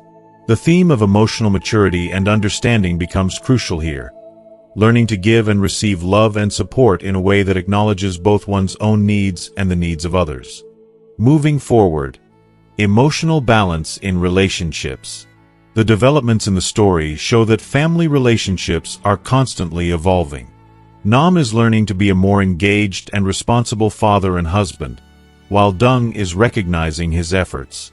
At the same time, Mr. Kan Xian's decision reflects a broader lesson about the need for emotional balance and understanding in family dynamics. Giving, whether emotionally or materially, should come from a place of genuine appreciation and connection, not obligation or expectation. As we move forward in the story, the family will likely face further challenges and tests of their relationships, but the key to overcoming these obstacles will lie in their ability to communicate openly, show empathy, and understand each other's emotional and practical needs. The emotional distance between Nam and Mr. Kan Xian. Mr. Kan Xian's decision to give 50 million VND to his grandson marks a significant emotional gesture. However, his reaction to Nam's lack of gratitude or acknowledgement is telling. Gratitude and communication are central to the older generation's expectations, especially in terms of family support. The fact that Nam no longer sends a simple thank you message or checks in on his grandfather highlights the emotional distance that has developed between them. Mr. Kan Xian's disappointment is palpable. He feels a lack of recognition for his efforts, which is more about emotional connection than financial exchange. For the older generation, emotional bonds and respect for family members are often tied to such small gestures of gratitude. Nam's behavior, or rather his silence, signifies a shift in values. Perhaps a move toward practicality or a sense of entitlement that undermines the emotional exchange Mr. Kan Xian expected. This moment of disconnection between father and son underscores the tension between the generational expectations of respect and the growing sense of self-interest in the younger generation. Nam's failure to acknowledge his grandfather's sacrifice, even in a small way, reflects his preoccupation with his struggles, which may be clouding his awareness of his familial duties and relationships. Deng's reaction. Strain in their marriage. Deng's response to Nam's suggestion that he use his salary to repay the house loan and cover other expenses is emotional and filled with frustration. Her anger isn't just about the financial proposal but rather about feeling unsupported and overwhelmed by her husband's decision. Deng's outburst, calling for a divorce, reveals a deeper dissatisfaction with her marriage, likely due to unmet expectations and emotional neglect. From Deng's perspective, Nam's decision to use his salary for the loan and his sense of pride in his role as a provider may feel unfair and selfish, particularly since she is already handling much of the daily responsibilities. Her frustration at not being consulted before such decisions shows how she feels excluded and emotionally disconnected from Nam's decision-making. Her outburst, "If you can't support your wife and child, then why marry?" points to a crisis of trust and perhaps a feeling of abandonment. Nam's calm demeanor and emotional detachment. Nam's response, "It's up to you to think about whether to divorce or not. I'll follow whatever you decide," reflects an emotional detachment and resignation that speaks volumes about his internal state. Rather than engaging emotionally with Dung's anger or responding with defensive arguments, Nam remains calm, which could indicate emotional exhaustion or a sense of helplessness. He seems to have reached a point where he is no longer emotionally invested in trying to persuade her. Instead, he's ready to accept whatever decision she makes. This calm demeanor could also signal emotional withdrawal, a form of self-preservation when faced with a conflict that seems insurmountable. Nam's indifference also hints at a lack of emotional maturity or perhaps a deep-rooted resignation to the fact that his efforts may be unappreciated. His willingness to accept whatever Dung decides suggests that, at this moment, he feels powerless to change the dynamic of their relationship. His focus is on fulfilling his obligations in a practical sense, repaying debts and ensuring their financial stability, but he has yet to address the emotional needs of the relationship. Generational conflicts and financial responsibility. The tension in the story isn't just about the immediate family but also involves larger generational expectations surrounding financial responsibility. Mr. Kan Xian's desire to give money to his grandson is rooted in a deep tradition of familial care. His desire to reward academic achievement and show support for the next generation is a form of emotional investment. However, the lack of acknowledgement from Nam and the emotional response of Dung reveal a stark contrast in how these gestures are perceived. Mr. Kan Xian's decision to use his salary for the family's needs instead of just handing over the 50 million VND to his grandson can be seen as a shift in his sense of duty. He is no longer just concerned with giving money. He wants to contribute more meaningfully by ensuring the financial stability of the family as a whole. However, Dung's immediate reaction to his decision points to how burdensome these financial responsibilities feel to her, further complicating the emotional landscape of the story. Themes of sacrifice, communication, and unmet needs. The ongoing theme of sacrifice is central to this segment. Both Mr. Kan Xian and Nam are trying to contribute to the family, albeit in different ways. Mr. Kan Xian is giving emotionally by planning to reward his grandson, while Nam is trying to show responsibility by taking on financial obligations. However, the emotional disconnects, Nam's silence and Dung's frustration, highlight that sacrifice isn't enough without proper communication and emotional support. What is missing from the narrative so far is emotional communication. Nam and Dung don't seem to be having a constructive dialogue about their needs and frustrations. Nam's attempts at providing for the family are pragmatic but lack emotional sensitivity, while Dung's emotional needs aren't being recognized or addressed by Nam, leading to heightened conflict. If you are still watching this video and find these lessons useful, please comment 6 below to let me know that you are still here with me. The emotional impact of silence. Nam's silence after receiving the 50 million VND, and the lack of a simple thank you message, stands out as a key moment of emotional distancing. Silence in relationships, whether from a child or a spouse, can be a powerful form of withdrawal and can signify many things: hurt, frustration, resignation, or simply a lack of emotional awareness. This lack of communication leaves emotions unexpressed, creating misunderstandings and reinforcing the emotional rift between generations and spouses. In many ways, silence may be as loud as words in this context, as it communicates a failure to acknowledge the emotional effort behind each gesture. Mr. Kan Xian's feeling of being unappreciated is valid in this light, as he is used to a relationship where small gestures of gratitude and emotional acknowledgement are seen as vital. Moving forward, the path to resolution. For the story to move forward, there needs to be a shift in communication. Nam must recognize that his role as a provider is not just about money but also about emotional availability and understanding. He needs to reconnect with Dung on a deeper emotional level, beyond financial matters, and offer emotional support and reassurance. Dung, on the other hand, must find a way to express her frustrations in a way that doesn't lead to emotional outbursts but opens a space for mutual understanding. Both of them need to come to terms with their emotional needs and expectations, as well as communicate them clearly and openly. For Mr. Khan Xian, emotional recognition from his son and grandson is crucial.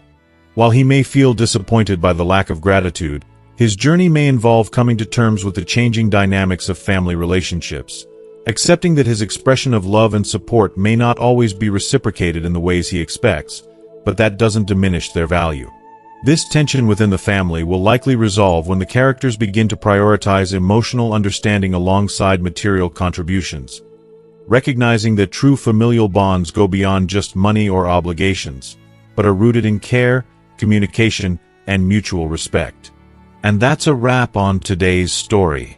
We've seen how family dynamics can become complex when it comes to financial support, emotional connections, and the responsibilities each generation feels toward one another. Through the struggles of Nam, his parents, and Dung, we've learned the importance of communication, gratitude, and emotional support in building strong, healthy family relationships. So, what have you learned from this story so far? Is there a particular lesson or insight that stood out to you? What's one thing you plan to bring into your own life after watching this video? Drop a comment below and share your thoughts. If you like this video, please leave your comment, and don't forget to like, share, and subscribe to our YouTube channel for more content like this. Thanks for watching, and I'll see you in the next video.